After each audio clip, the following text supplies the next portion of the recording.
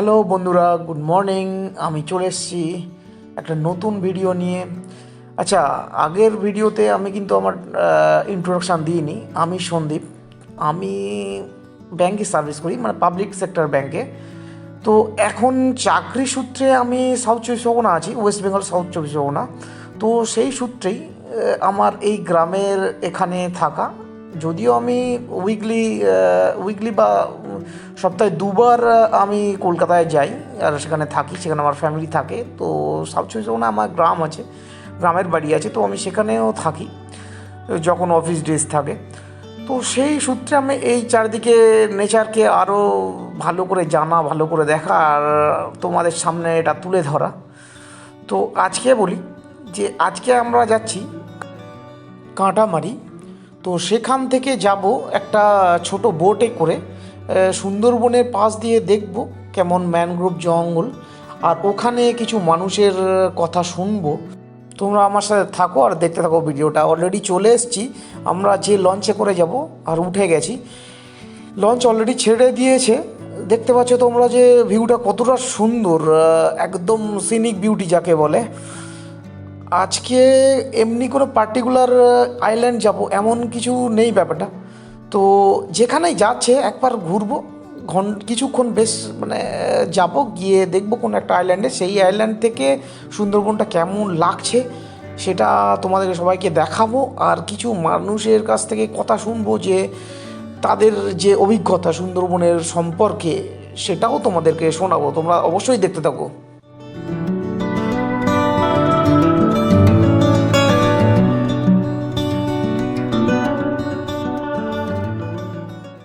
বোটের মধ্যেই আজকে পেয়ে গেছি একজনকে, উনি কিনা এখানকার গাইড।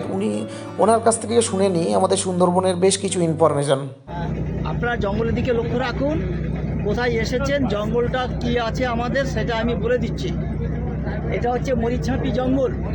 আজকের আপনারা যেখানে ঘুরছেন এইটাকে বলে বাফার জোন এরিয়া, অর্থাৎ ব্যবহারযোগ্য এরিয়া, অর্থাৎ যেখানে মাছ কাঁকড়া ধরা বা চৈত্র মাসে মধু সংগ্রহ করতে জঙ্গলে যায়, সেই জায়গাটা হচ্ছে এইটা। আর আমাদের জঙ্গল এবং লোকালয় দ্বীপ দুটোই সুন্দরবন। লোকালয় সুন্দরবন এবং জঙ্গল সুন্দরবন ৯,৬৩০ স্কোয়ার কিলোমিটার এরিয়া আমাদের। একেবারে কলকাতা থেকে উল্টি পর্যন্ত তার দক্ষিণে, উত্তর এবং দক্ষিণ ২৪ পরগনার দক্ষিণ দিকের জঙ্গল এইটা। ৪,২৬৪ স্কোয়ার কিলোমিটার এরিয়া আমাদের ইন্ডিয়ান জঙ্গল। সেখানে বাংলাদেশের জঙ্গল প্রায় ৬,০০০ স্কোয়ার কিলোমিটার এরিয়া। আমাদের জঙ্গলটাকে মূলত দুটো ভাগে ভাগ আছে। ক্যানিং থেকে মাতলা নদী একেবারে বঙ্গোপসাগরে পৌঁছে গেছে। তো মাতলার পশ্চিম দিকে, মাতলা থেকে হুগলি নদী পর্যন্ত যে জঙ্গলটা, ওইটাকে আমরা বলি বেঙ্গল জঙ্গল। অর্থাৎ আপনাদের ঝড়খালি কথা বলছিলেন, কুলতলির দক্ষিণ দিকে ওই জঙ্গল। আর মাতলা থেকে এখানে রায়মঙ্গলের দেখালাম না, এইটা হচ্ছে tiger project area, ২,৫৮৫ square kilometre area. এই জঙ্গল অত্যন্ত জমাটি জঙ্গল, অত্যন্ত জন্তু জানোয়ার বেশি এখানে, জীববৈচিত্র্য ফল এটা বিশেষ, এবং বিভিন্ন ধরনের গাছপালা এখানে। এবং এই জঙ্গল দারুণভাবে ডিপার্টমেন্টকে দিয়ে দারুণভাবে এটাকে সংরক্ষণ করে রাখা হয়েছে। এটা টাইগার প্রজেক্ট এরিয়া। এই টাইগার প্রজেক্ট এরিয়াটাকে মূলত তিনটে ভাগে ভাগ হচ্ছে। স্যাংচুয়ারি এরিয়া, সজনাখালি, সুদনাখালি, দোবাকি, ওখানে যে পীরখালি জঙ্গলের কথা বলে না, সেটা ওইটা। আর পূর্ব দিকে এইটাকে বলে বাফার জোন এরিয়া বা ব্যবহারযোগ্য এরিয়া। এখানে মাছ কাঁকড়া ধরা বা চৈত্রে মধু সংগ্রহ করতে আসে এইটা।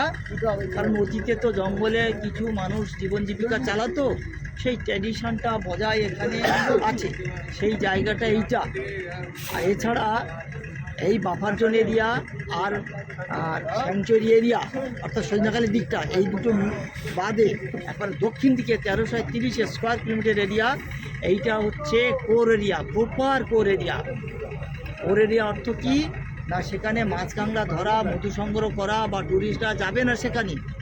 জল স্থলের জন্তু জানোয়ার সেখানে আদিম অবস্থায় প্রজনন করবে।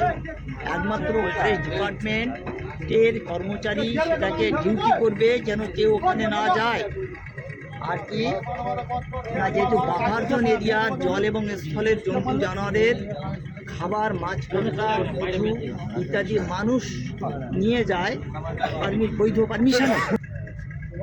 এবার সুন্দরবনে কোথায় কোথায় জিনিস করতে পারে, একেবারে পূর্ব দিক থেকে বলছি, ঝিনাখালি, উল্টাপি, হরিখালি যাওয়া যায়। মেথি ধোপানি এবং হরিখালি অফবিট এরিয়া, অর্থাৎ অনেক দূরের জঙ্গল, সেইখানে পারমিশন পেতে গেলে অতিরিক্ত দিতে হয়, যে নর্মাল ট্যুর যেটা তার থেকে একটু বেশি খরচ হয়ে যায় সেইখানে। ভিতরটা যদি দেখা যায় বহু ধরনের প্রাণী এবং বহু ধরনের প্রাণীর পায়ে ছাপ্পা এবং নালাগুলো আছে, নালাগুলো ভয়ঙ্কর সুন্দর, ভয়ঙ্কর বিপদ তার মধ্যে লুকিয়ে আছে। সেখানে ঢুকলে এত সুন্দর সৌন্দর্য, ভয়ের কথাটা মনে থাকে, কিন্তু ভয় যা যত বেশি সুন্দর তা তত বেশি ভয়ঙ্কর। এই জন্যে আমাদের জন্য যে সিলেক্ট যেসব আমরা যাবো, তার আগে বলি এইরকম রাস্তা দেখুন, জঙ্গলের ভিতরে অনেক চলে গেছে। আমার আলোচনাটা এইখানে থামিয়ে দিয়ে আমি মনিক ঝাঁপি সম্পর্কে একটুখানি বলে দিচ্ছি, যে উদ্বাস প্রজেক্ট এসেছিল ৭৩ সালে, টাইগার প্রজেক্ট গঠন হয়ে গেল।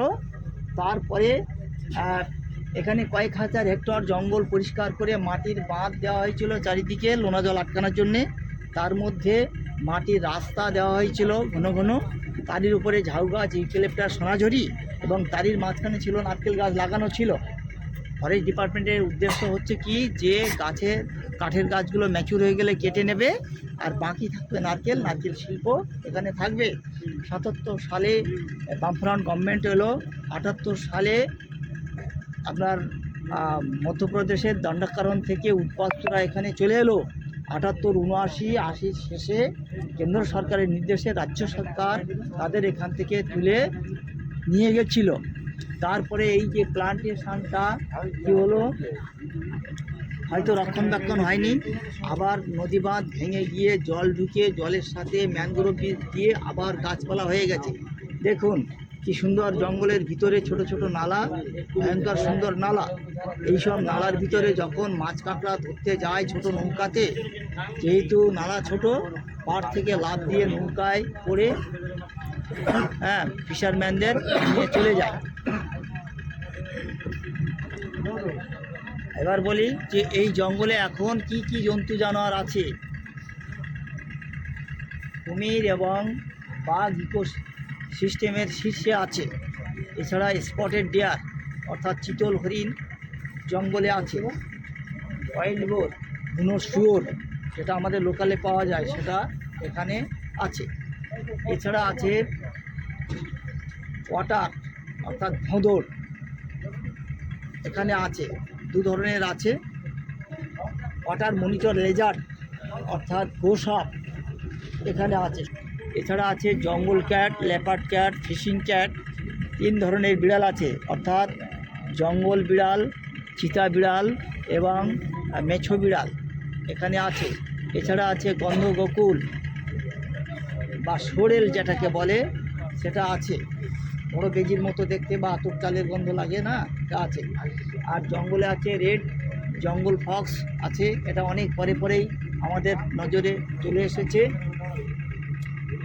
এছাড়া বিভিন্ন ধরনের, এছাড়া আছে রেসাস মাঙ্কি অর্থাৎ বাঁদর।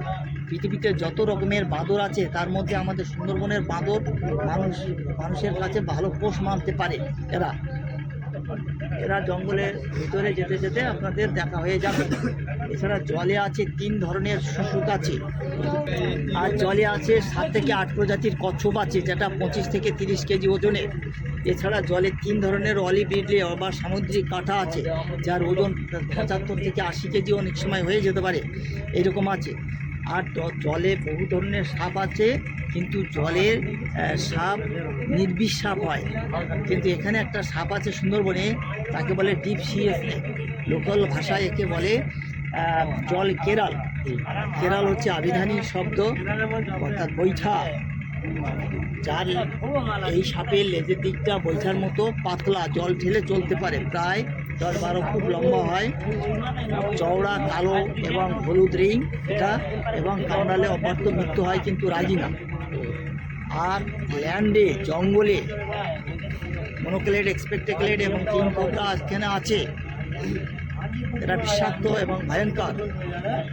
এছাড়া বিষ নেই এমন সাপ এখানে কার সাপ, গেছোবড়া, বেতাছড়া, লাউডগা, কালনাগিনী, এই সমস্ত সাপ প্রচুর পরিমাণে আছে। অত্যন্ত মানে গাছে বাস করে এবং অত্যন্ত সূক্ষ্ম এরা। এখানে 46 প্রকারের 48 প্রকারের যে গাছ আছে একে লবণাম্য উদ্ভিদ বলে। ম্যানগ্রোভ, সমুদ্র সৈকতে, ডুবো ল্যান্ডে, লোনা জল মাটিতে যারা জন্মায় তাকে লবণাম্য উদ্ভিদ বলে। বন্ধুরা, তোমরা এই গাইড দাদার কাছে অনেক কিছু ইনফরমেশান শুনলে, তো নিশ্চয়ই তোমাদের ভালো লেগে থাকবে। এইবারে আমরা একটু চলে যাব একটা আইল্যান্ডে। এই একটা সামনেই একটা আইল্যান্ড পেয়ে গেছি, তো এই আইল্যান্ডে নামবো আর সেখান থেকে একটা ওয়াচ টাওয়ারে গিয়ে একটু দেখবো উপর থেকে যে সুন্দরবনটা কেমন লাগছে।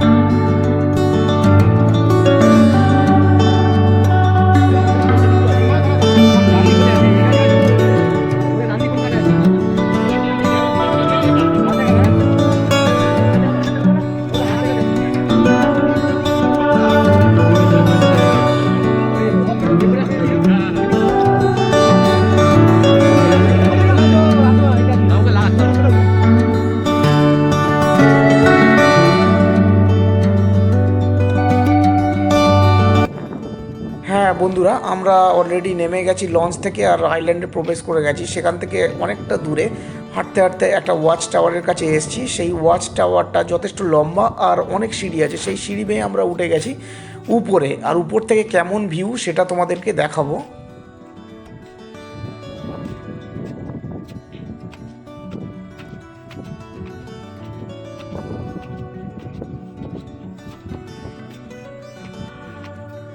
খুব সুন্দর লাগছে উপর থেকে, আর দূরে দেখতে পাচ্ছ বে অফ বেঙ্গল। আজকের এই পর্যন্তই। এবার আবার আসছি একটা নতুন ভিডিও নিয়ে। ভালো থেকো, সুস্থ থেকো, টাটা, বাই।